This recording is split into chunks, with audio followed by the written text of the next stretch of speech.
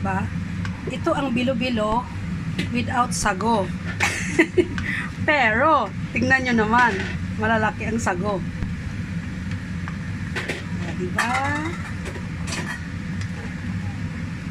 Bilo-bilo without sago, pero masarap.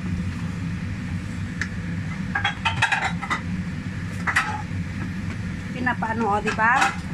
Eh, pag nilagay mo pa ng sago, di, ang dami-dami na. Kahit walang sago, okay lang, min. Basta pang ano natin, pangkain lang. Okay lang.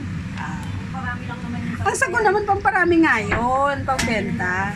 Oo. Kaya nga, di ba, hindi din kita pinabili ng sago. Kasi, alam ko naman, pangkain lang natin. Eh, bumili ka rin. Kaya lang, pinalpak mo rin. Ano guys, ito na kaya nagluto niya sa na yan ay.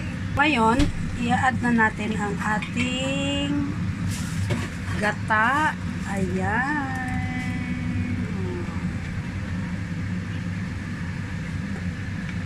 Ang sarap.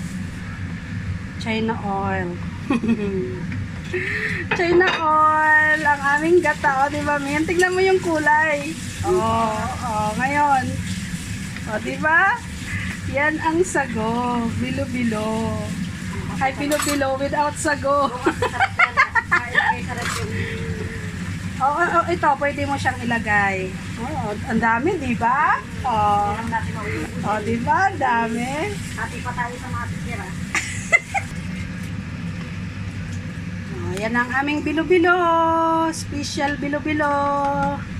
Kasi at least ito, hindi siya masabaw. Malapot. Kaya nga, pag nilagay mo to sa ref, talagang maano pa to.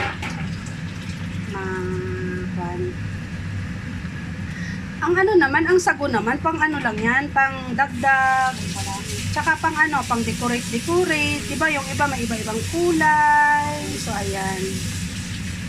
Sa atin din naman ayan ang aming sago-sago. Ang aming bilo-bilo without sago, pero masarap. Diba? Pero hindi ko ituturo yan. Ang salbahe. Hindi ko ituturo ang aking bilo-bilo. Siyempre, ako lang nakakaalam yan kung paano ko pasasarapin. Bilo-bilo ka. Ako lang. Ako lang naman yun. Oo. Ayan guys, ang salarin na walang sago, si Yasmin. Pero at least masarap, diba? Mas malapot to ka mo, Min. Pag mayroon pang bilog, mayroon pang sago. Mas malapot to. So, okay na.